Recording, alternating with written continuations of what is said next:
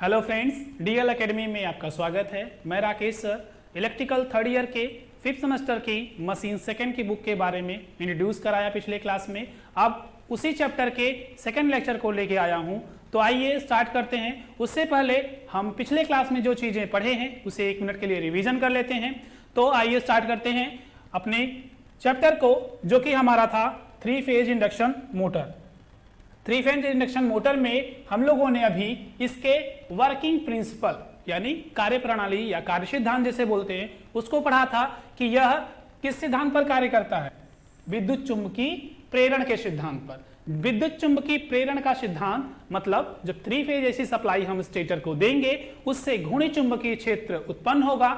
उस घूर्णी चुंबकीय क्षेत्र से रोटर पर प्रेरण द्वारा विद्युत वाहक बल उत्पन्न होगा और उसमें धारा प्रवाहित होगी और उसके धारावाही बनने पर रोटर चलायमान यानी मूवेबल हो जाएगा और बलागुण की उत्पत्ति होती है। इसकी खोज, इस इंडक्शन मोटर की खोज किसने की? निकोला टेस्ला ने। ठीक है, इस मोटर की खोज निकोला टेस्ला ने की, ये आप लोग याद रखिएगा, ये इंपॉर्टेंट चीज है। उसके बाद आपके इसके कंस्ट्रक्शन में पिछले क्लास में बताया गया कि 2 टॉपिक होते हैं, 2 पोर्शन होते हैं। आपका पहला जो होता है वो होता है आपका स्टेटर। स्टेटर मतलब स्थिर भाग, और दूसरा जो भाग है इसके पार्ट में वो आपका आता है रोटर। तो इस तरीके से जो शुरुआती संरचना है उसके बारे में जानकारी हुई कि इसमें 2 भाग होते हैं, एक होता है स्टेटर और दूसरा होता है रोटर। रोटर के लिए इसमें बल आघूर्ण यानी टार्क प्रोड्यूस किया जाता है रोटर के द्वारा, ये इसे बल आघूर्ण कहेंगे। तो रोटर के द्वारा बल आघूर्ण उत्पन्न किया जाता है और स्टेटर के द्वारा हम 3 फेज की एसी सप्लाई यानी घूर्णी चुंबकीय क्षेत्र, जिसे चुंबकीय क्षेत्र उत्पन्न करेंगे। तो इस तरीके से स्टेटर के द्वारा चुंबकीय क्षेत्र उत्पन्न होता है तथा रोटर के द्वारा टार्क यानी बलाघूर्ण की उत्पत्ति होती है। तो आइए इसमें स्टार्ट करते हैं अपने पहले टॉपिक को, जो कि हमारा पहला भाग है स्टेटर, जिसके द्वारा चुंबकीय क्षेत्र, घूर्णी चुंबकीय क्षेत्र की उत्पत्ति होगी। तो देखते हैं इसके पोर्शन के बारे में यानी इसके भाग के बारे में। तो इसका पहला भाग जो आता है वो आपका आता है मोटर फ्रेम। इस मोटर फ्रेम को हम योक के नाम से भी जानते हैं, योक या मोटर फ्रेम। इन सभी भागों को आप एक नजर ध्यान से देखिएगा, हर एक चीज को बस यहाँ पे इनके नाम से परिचित कराया जाएगा और इसी के आगे आपको हर एक भाग को डिटेल में परिचित कराया जाएगा, उनको बताया जाएगा। तो हर एक पोर्शन को बस केवल ध्यान से देखते जाइए। और हाँ, दूसरी बात, इन्हें लिखने के लिए आप परेशान ना हो, इन चीजों की PDF आपको अवेलेबल कराई जाएगी हमने डीएल एकेडमी ऐप पर, जिसका लिंक आप इस वीडियो के डिस्क्रिप्शन में जाकर के टैप करके हमारे ये ऐप डीएल एकेडमी को डाउनलोड करें और वहां से PDF आपको अवेलेबल होगा। तो आइए स्टार्ट करते हैं इसमें एक एक टॉपिक को, एक एक पोर्शन को। तो पहला आपका स्टेटर का पोर्शन है मोटर फ्रेम, जिसे युग से नाम से भी जानते हैं। इसका दूसरा जो भाग आता है जिसे हम रोटर स्टेटर कोर, ये दूसरा भाग हुआ आपका स्टेटर कोर। स्टेटर कोर के नाम से जानते हैं, ये इसका दूसरा भाग है, यानी स्थिर भाग का दूसरा भाग स्टेटर कोर है, जिसके ऊपर स्टेटर की वाइंडिंग, जो कि हमारी ये स्टेटर की वाइंडिंग है, ये स्टेटर की वाइंडिंग की जाती है। तो इस तरीके से हमारे 3 भाग हुए, आपका स्टेटर का मोटर फ्रेम या योक, दूसरा स्टेटर का कोर जिसके ऊपर वाइंडिंग की जाती है, और तीसरा स्टेटर वाइंडिंग जिसमें 3 फेज की एसी सप्लाई प्रदान की जाती है, जिससे घूर्णी चुंबकीय क्षेत्र उत्पन्न हो सके। और उसके आगे आपका स्टेटर भाग में यानी स्थिर भाग में ही आपका आता है ये आपका इंड कवर, जिसे इंड बेल या इंड कवर के नाम से भी जानते हैं। ये मोटर के पिछले भाग में और अगले भाग में दोनों जगह उपस्थित होता है। ये मोटर को आगे से भी कवर करता है और पीछे से भी कवर करता है।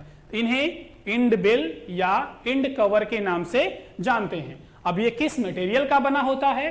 ये आपको अभी आगे बताया जाएगा। और यहाँ पे आपके स्टेटर का पोर्शन ये समाप्त हुआ, जिसमें एक पोर्शन आपका आता है टर्मिनल बॉक्स। ये केवल सप्लाई प्रदान करने के लिए होता है, जहां पे ये बॉक्स बना होता है। इस बॉक्स में हम 3 फेज की एसी सप्लाई प्रदान करते हैं। तो दोस्तों ये हुआ आपका स्टेटर का भाग। अब आगे चलते हैं रोटर।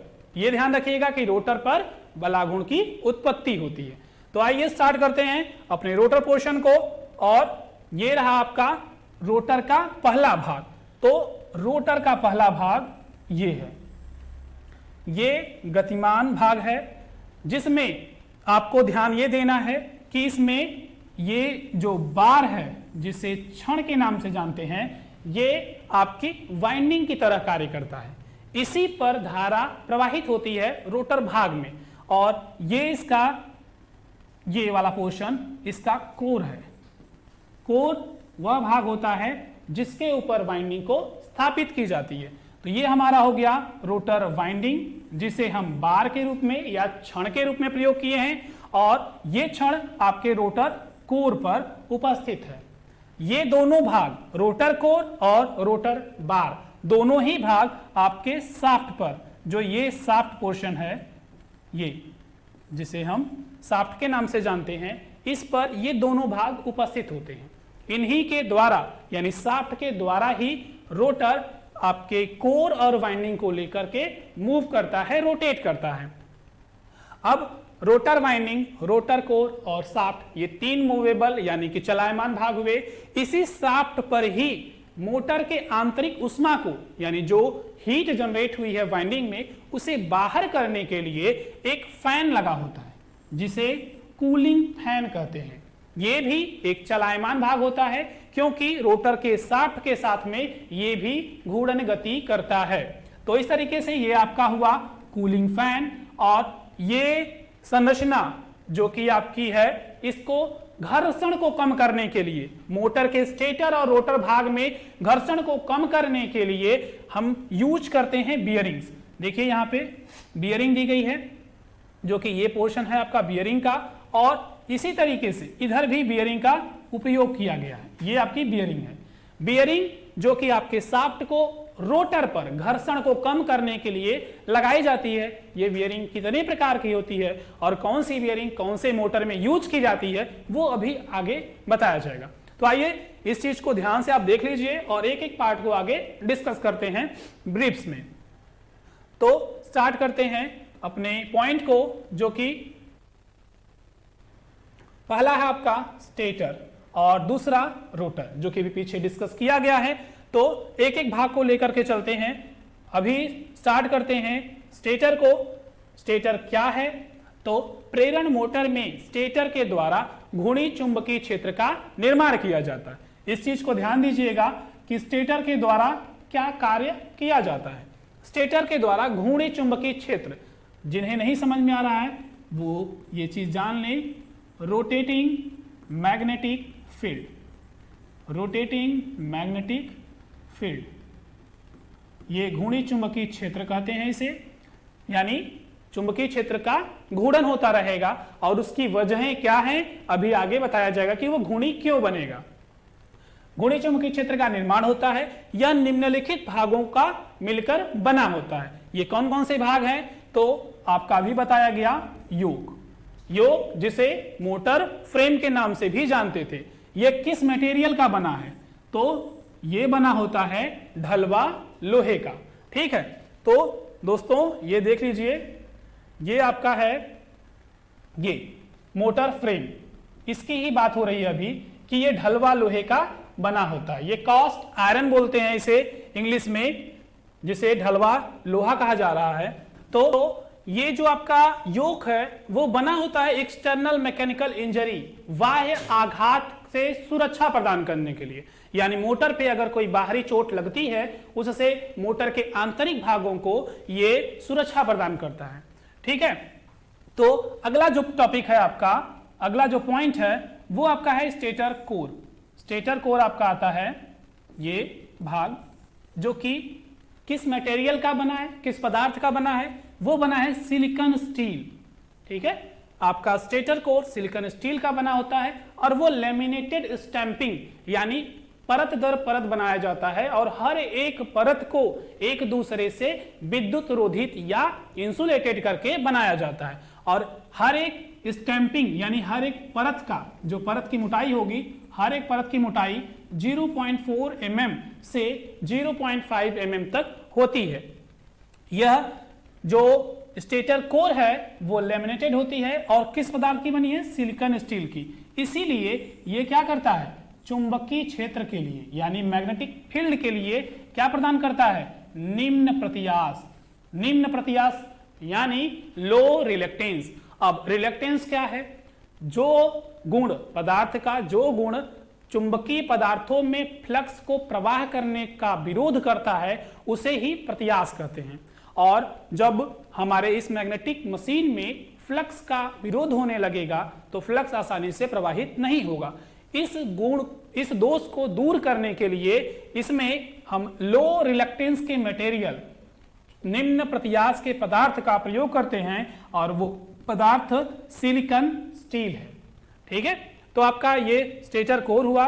जैसे यहां से आप देख लीजिए कि स्टेटर कोर कहां है, तो ये रहा आपका स्टेटर कोर। ये वाइंडिंग के अंदर वाला भाग जो है वो स्टेटर कोर है। ये जो दिख रहा है स्टेटर लिखा हुआ है ये आपका स्टेटर कोर है और यहाँ पे स्टेटर की वाइंडिंग। तो आगे आते हैं, अगले पोर्शन को पढ़ते हैं। स्टेटर के भाग में आपका स्टेटर वाइंडिंग। स्टेटर वाइंडिंग में आपका जो भाग है वो चुंबकीय क्षेत्र उत्पन्न करने के लिए किया जाता है स्टेटर वाइंडिंग। इसमें 3 फेज की एसी सप्लाई, इसमें कौन सी सप्लाई दी जाती है? 3 फेज की एसी सप्लाई दी जाती है जिसके द्वारा चुंबकीय क्षेत्र उत्पन्न हो सके। 3 फेज की एसी सप्लाई स्टेटर वाइंडिंग को दिया जाएगा और ये वाइंडिंग किस पदार्थ की बनी होती है? कॉपर या एल्युमिनियम की बनी होती है। ये कॉपर या एल्युमिनियम की बनी होती है जिस पर एक इंसुलेशन यानी विद्युत रोधन किया जाता है। और वह विद्युत रोधन किस चीज का बना होता है?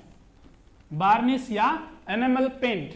ये जो कंडक्टर है उस पर इंसुलेशन किया जाता है ताकि एक कंडक्टर के नजदीक जब दूसरा कंडक्टर आए तो वह उससे अलग अलग वोल्टेज डिफरेंस पे होने के कारण शॉर्ट सर्किट ना हो।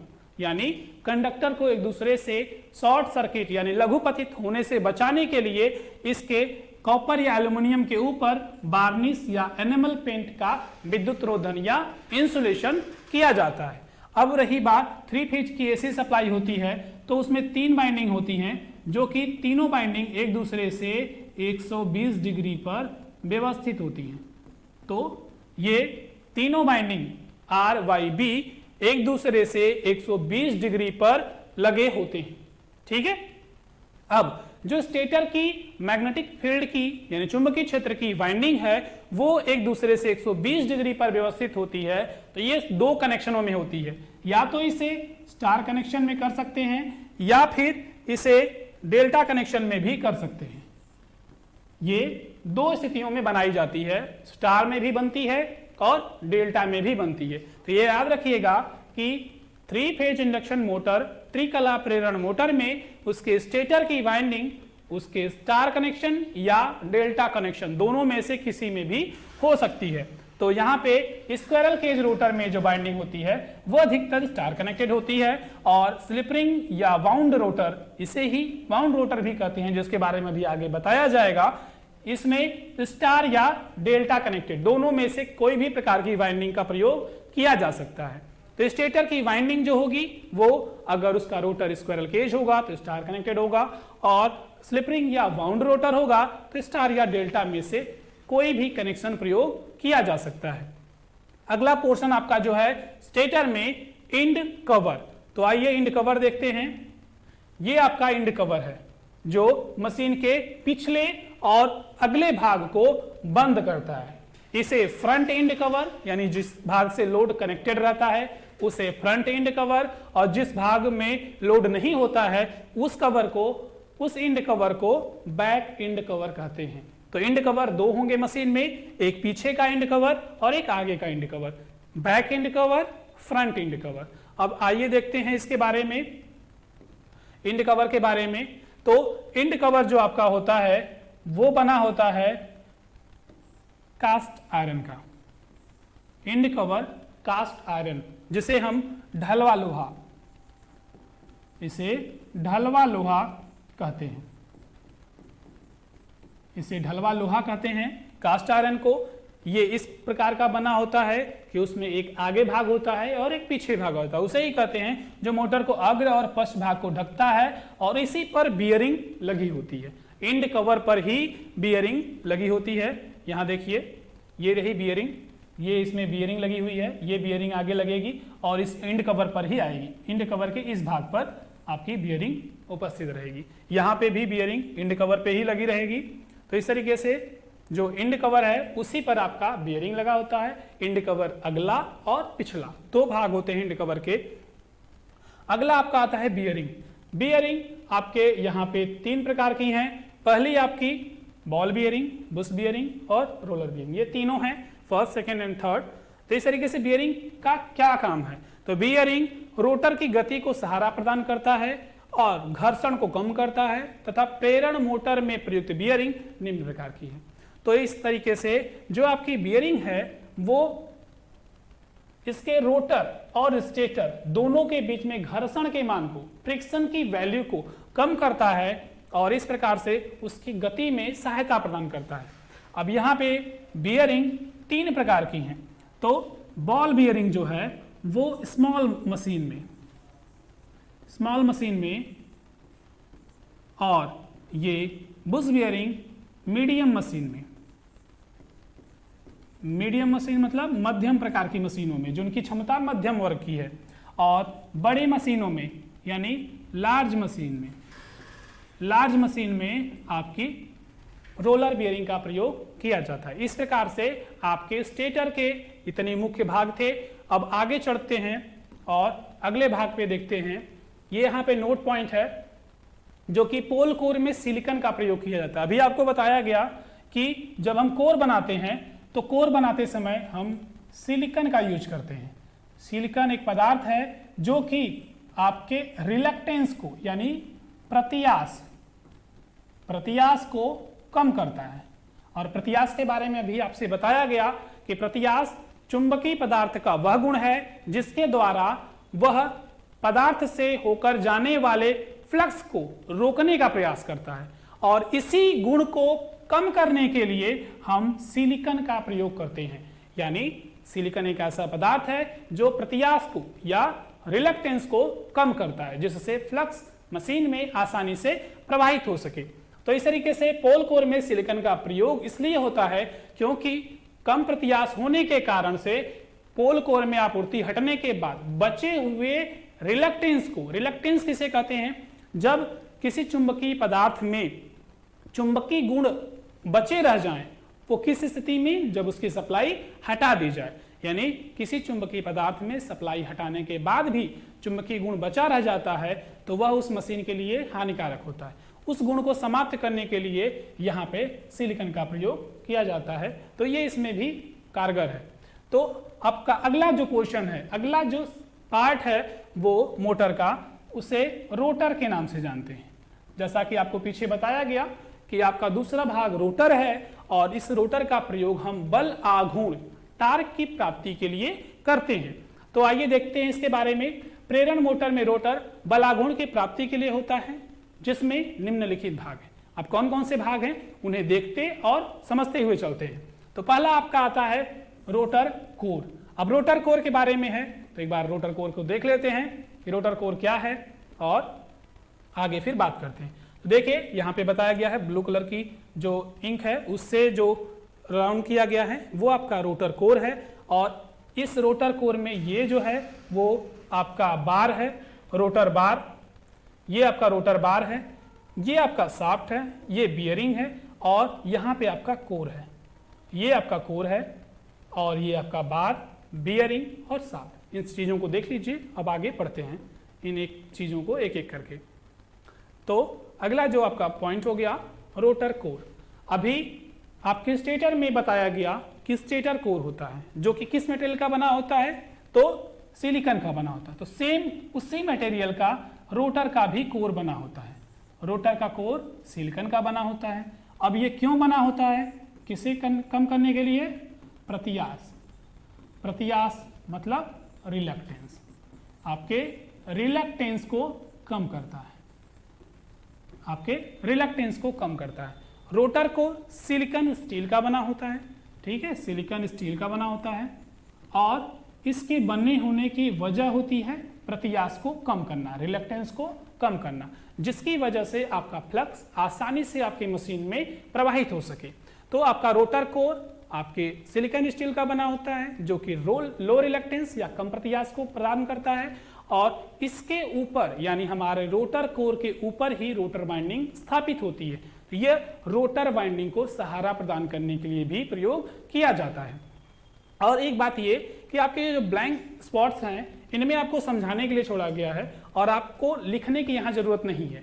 आपको इसका पीडीएफ आपके इसी वीडियो के डिस्क्रिप्शन में जो लिंक है उस पर टैप करोगे, आप हमारे जो ऐप है DL Academy वहाँ जाएंगे और वहाँ पे इन सभी का पीडीएफ अवेलेबल है, ठीक है। तो वहाँ से आप डाउनलोड कर लीजिएगा और यहाँ पे बस केवल समझने का काम करिए, यहाँ पे लिखने का टेंशन मत लीजिए, वो हमारा काम है, हम आपको सारी सुविधाएं प्रोवाइड कराएंगे। तो आइए स्टार्ट करते हैं, आगे चलते हैं। आपका रोटर कोर हो गया जो कि सिलिकॉन स्टील का बना है, निम्न प्रत्यास प्रदान करता है तथा वाइंडिंग को सहारा प्रदान करता है।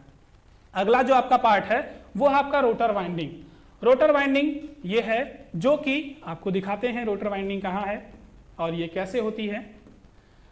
तो ये रहा आपका रोटर वाइंडिंग, ठीक। इसमें रोटर वाइंडिंग की जगह पे बार यानी छड़ का प्रयोग किया गया है। वो छड़ क्यों है वो अभी इसी टॉपिक के बाद आगे बताएंगे। बस यहाँ पे ये देखिए कि ये रोटर है जिस पर बार का प्रयोग किया गया है, या फिर हम रोटर पे वाइंडिंग का भी प्रयोग करते हैं। अब कब वाइंडिंग प्रयोग करते हैं और कब छड़ या बार प्रयोग करते हैं, इस टॉपिक के बाद आगे समझाएंगे आपको। तो यहाँ देख लीजिए, ये आपका रोटर है जिसपे यूज किया गया है वाइंडिंग को। तो रोटर वाइंडिंग किस मटेरियल की बनी होगी? तो जो आपके स्टेटर वाइंडिंग में मटेरियल यूज होता है, क्या यूज होता है? वो यूज होता है कॉपर या एल्युमिनियम। कॉपर या एल्युमिनियम दोनों में से कोई भी पदार्थ आप यूज कर सकते हो।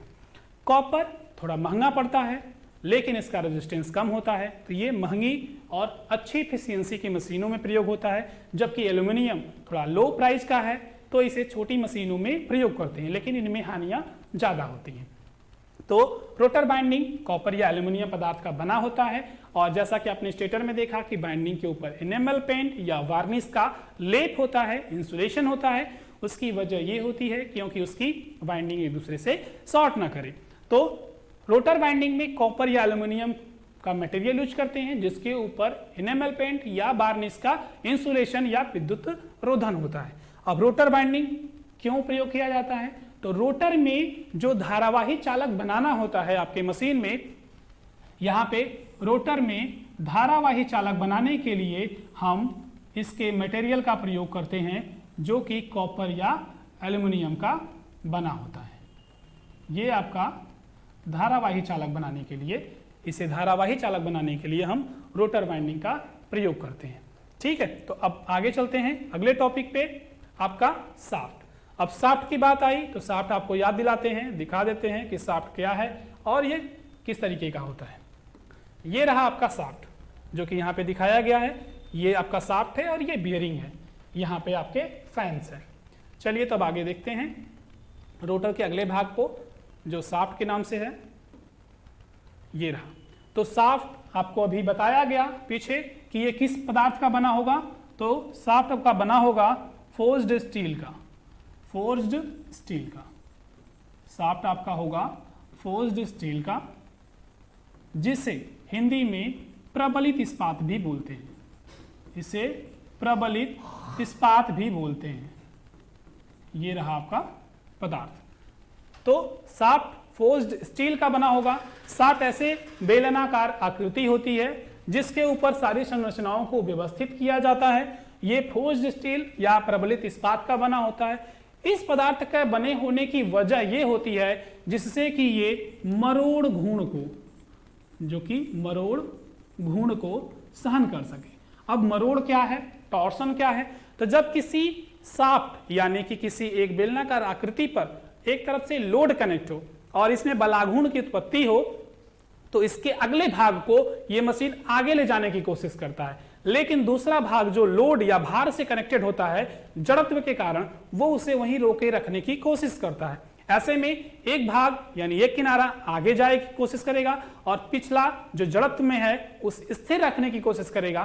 तो इस तरीके से इस पदार्थ पर, जिसे हम शाफ्ट बोलते हैं, उस पर मरोड़ बल लगेगा। अगर इसे मजबूत न बनाया गया तो मशीन का शाफ्ट टूट जाएगा। तो इस मरोड़ घूर्ण को या मरोड़ बल को सहन करने के लिए ही हम फोर्स्ड स्टील या प्रबलित इस्पात के पदार्थ का इस शाफ्ट को बनाते हैं। इस शाफ्ट पर ही सारे मटेरियल यानी कि स्टेटर के सारे मटेरियल कनेक्ट होते हैं, यानी रोटर के, यानी कि रोटर कोर, रोटर वाइंडिंग और इस पर शाफ्ट पर ही लगा होता है फैन, जो कि अभी आगे बताएंगे। ये सारी चीजें होती हैं। तो अब आगे बात करते हैं फैन। तो फैन क्या था, अभी आपको दिखाया गया कि रोटर पर व्यवस्थित वह संरचना होती है, पंखुड़ीकार संरचना होती है, जिसके द्वारा मशीन की वाइंडिंग में जो हीटिंग उत्पन्न होती है, उष्मा उत्पन्न होती है, उसे फैन बाहर फेंकने का प्रयास करता है। यानी फैन एक हीट एग्जॉस्ट करने की प्रक्रिया है जिसके द्वारा मशीन के अंदर की उष्मा को मशीन बाहर भेज देती है। तो ये फैन किस पदार्थ का बना होता है, तो ये कास्ट आयरन का बना होता है। मशीन में फैन कास्ट आयरन का बना होता है और ये क्या करता है, उष्मा निष्कासित करता है, उष्मा को बाहर भेजता है। ठीक है, हीट को रिलीज करता है, हीट को रिलीज करता है। ठीक है, हीट को रिलीज करता है। तो फैन कास्ट आयरन का बना होगा जो कि उष्मा को बाहर करने के लिए बना होता है, यानी हीट को रिलीज करने के लिए बना होता है। और ये किस चीज पर व्यवस्थित होता है, तो ये फैन शाफ्ट के ऊपर ही व्यवस्थित होता है। एक नजर आप देख लीजिए इसको, चीजों को एकदम क्लियर हो जाएगा। ये रहा आपका फैन, देखिए ये आपका शाफ्ट है, ये यहाँ तक आया हुआ है और इसी के ऊपर आपका ये आपका फैन लगा हुआ है। ठीक है, ये फैन जब अंदर की उष्मा आएगी ये चलेगा और अंदर की उष्मा को इंड कवर में जो जालियां लगी होती हैं उनसे उष्मा को बाहर कर देगा। इस तरीके से आपकी मशीन की एफिशिएंसी अच्छी रहती है। अब फैन हो गया आपका रोटर में। अब आता है रोटर, जो इन सभी भागों से, रोटर में कितने भाग थे, तो रोटर में जो भाग थे वो था आपका रोटर कोर। ठीक है, रोटर कोर, रोटर वाइंडिंग और शाफ्ट था, फैन। ये सब वो भाग हैं जो मोटर के रोटर के साथ में घूर्णन गति करते हैं।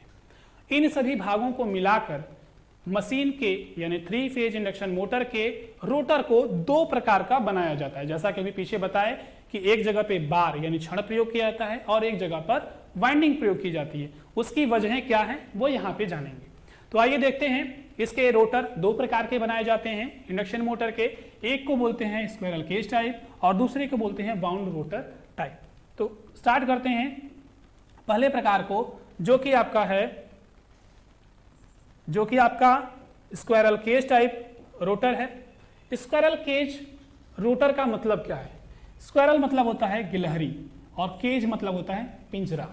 ठीक है, तो स्क्वायरल केज का मतलब है गिलहरी और केज का मतलब पिंजरा, यानी यहां पे गिलहरी का पिंजरा की तरीके की संरचना होती है। देखिए ये पिंजरे की तरीके से संरचना है, ये संरचना।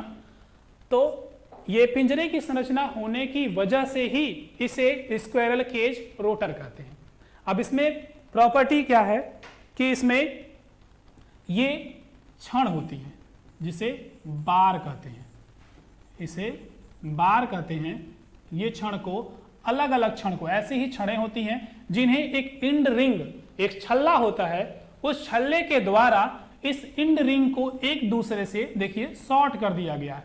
ये सारे इंड रिंग्स हैं और इन्हें एक दूसरे से लघुपथित शॉर्ट सर्किटेड किया गया है। जैसा कि आप लोगों ने संरचना में देखा था कि अगर इंडक्शन मोटर होगा तो उसके रोटर को शॉर्ट करने की जरूरत होगी। तो अभी संरचना बना दे रहे हैं। इसमें देखिए इसका रोटर है, ये रोटर अगर शॉर्ट सर्किटेड नहीं होगा तो आपके पहले ही वीडियो में बताए थे कि ये धारावाही नहीं बनेगा। धारावाही नहीं बनेगा तो इसमें धारा प्रवाहित नहीं होगी तो ईएमएफ नहीं उत्पन्न होगा। तो इस तरीके से यहाँ पे 3 फेज एसी सप्लाई थी, ये सप्लाइयाँ दी गई थी, तो यहाँ पे 3 फेज एसी सप्लाई देंगे तो रोटर को देखिए शॉर्ट किया गया, उनके दोनों सिरों को एक दूसरे से कनेक्ट कर दिया गया, लघुपथित कर दिया गया। तो इस तरीके से आपका जो ये स्क्वायरल केज का रोटर है ये शॉर्ट किया गया है। आप दोनों में से किसी भी फिगर में देख के समझ सकते हैं, दोनों एक ही संरचना है, बस अलग अलग फिगर को ज्वाइन किया गया है आपके समझने की आसानी के लिए। तो यहाँ पे आपका ये रॉड है जिसे बार या छड़ कहते हैं और इसको इंड रिंग के द्वारा कनेक्टेड किया गया है, यानी लघुपतित या शॉर्ट सर्किटेड किया गया है, जैसा कि संरचना होनी चाहिए। और दूसरी संरचना होती है, इसमें इन बाइंडिंग को रेजिस्टेंस से देखते हैं, इसे अभी रहने देते हैं, पहले इसे समझने की कोशिश करते हैं कि यहाँ पे क्या स्थितियां हैं। तो देखिए आप, एक कंडक्टर जो एक पतला कंडक्टर होता है, कंडक्टर की तुलना में यानी कंडक्टर का जो रेजिस्टेंस होगा और बार का रेजिस्टेंस होगा, इन दोनों में से किसका प्रतिरोध या रेजिस्टेंस ज्यादा होगा। रेजिस्टेंस मतलब पदार्थ का वह गुण जो धारा प्रवाह का विरोध करता है। तो आपको पता होगा कि रेजिस्टेंस का फार्मूला होता है R = ρl/A। यहां पे जिसका क्षेत्रफल ज्यादा उसका रेजिस्टेंस कम, ठीक है। तो यहां पे आप बताओ कि कंडक्टर, एक पतला कंडक्टर का क्षेत्रफल या एरिया ज्यादा होगा या बार का। जाहिर सी बात है कि बार का एरिया यानी क्षण का एरिया ज्यादा होगा, और क्षण का एरिया ज्यादा होगा तो उसका प्रतिरोध क्या होगा, कम होगा। और इसके प्रतिरोध कम होते हैं, यानी बार का प्रतिरोध कम होता है। तो इस मोटर में, 3 फेज इंडक्शन मोटर में, इसके आगे अभी डेरिवेशन किया जाएगा टॉर्क इक्वेशन। टॉर्क इक्वेशन में अभी यहां इतना केवल जानिए कि जो आपका बल आघूर्ण होगा वो रोटर के कंडक्टर के रेजिस्टेंस पर निर्भर करता है। कैसे निर्भर करता है, अनुक्रमानुपाती, डायरेक्टली प्रोपोर्शनल। तो इस तरीके से हमारा अगर R ज्यादा होता है तो टॉर्क की वैल्यू यानी बल आघूर्ण ज्यादा होगा, जबकि हम लोग स्क्वायरल केज रोटर में देखते हैं कि इसमें बार प्रयोग की जाती है। बार मतलब छड़, जिसकी मोटाई ज्यादा होती है, इस वजह से इसका रेजिस्टेंस कम होता है। और रेजिस्टेंस कम होने से आपका यहां पे स्थिति बनेगी, ये अगर रेजिस्टेंस कम हुआ, इसका रेजिस्टेंस अगर कम रहा, देखिए कम रहा, तो इसके टॉर्क की वैल्यू भी क्या होगी, कम होगी। और आपको ये पता है कि अगर किसी मशीन को जो कि लोड से जुड़ा हुआ है और उससे चलाना है तो इसमें उत्पन्न टॉर्क का मान, बल आघूर्ण का मान ज्यादा होना चाहिए। तो यहाँ पे बार यानी क्षण प्रयोग हुआ है, जिसकी वजह से प्रतिरोध कम हो जाता है। प्रतिरोध कम होने से आपके बल आघूर्ण का प्रारंभिक मान कम हो जाता है। तो इस प्रकार स्क्वायरल केज रोटर का जो इंडक्शन मोटर बनेगा उसमें प्रारंभिक बल आघूर्ण, स्टार्टिंग टॉर्क का मान कम होगा और वो कम लोड को लेकर चल पाएगा। यही कमियां आपकी स्क्वायरल केज में रही, जिन्हें दूर करने के लिए हमें अगले प्रकार के रोटर की आवश्यकता हुई, जिसे हम वाउंड रोटर या स्लिप रिंग टाइप रोटर कहते हैं। ठीक है, तो ये आपका ये टॉपिक है जिसे हम अगले टॉपिक में पढ़ते हैं, अगले क्लास में, कि ये क्यों बनाया जाता है, इसमें ये सर्किट क्यों है, रेजिस्टेंस क्यों बनाया जाता है, हर एक चीज के बारे में आपको अगले क्लास में बताया जाएगा, एकदम एक एक डिटेल के साथ में। ठीक है दोस्तों, तो मिलते हैं अगले क्लास में। आप इसका पीडीएफ डाउनलोड कर लीजिएगा, जिस तरीके से बताए हैं कि आप इसके डिस्क्रिप्शन में लिंक है, जिससे आप प्ले स्टोर पर जाके DL Academy ऐप डाउनलोड करिए, जिसमें हमारे क्लास का पीडीएफ अवेलेबल होगा। तो दोस्तों, हमारे यहाँ इलेक्ट्रिकल, मैकेनिकल, सिविल सभी की ब्रांचेज स्टार्ट हो गई हैं, सभी के क्लासेस अवेलेबल हैं। आप अपने दोस्तों को भी बताइए और ज़्यादा से ज़्यादा शेयर और लाइक करिए। थैंक यू दोस्तों।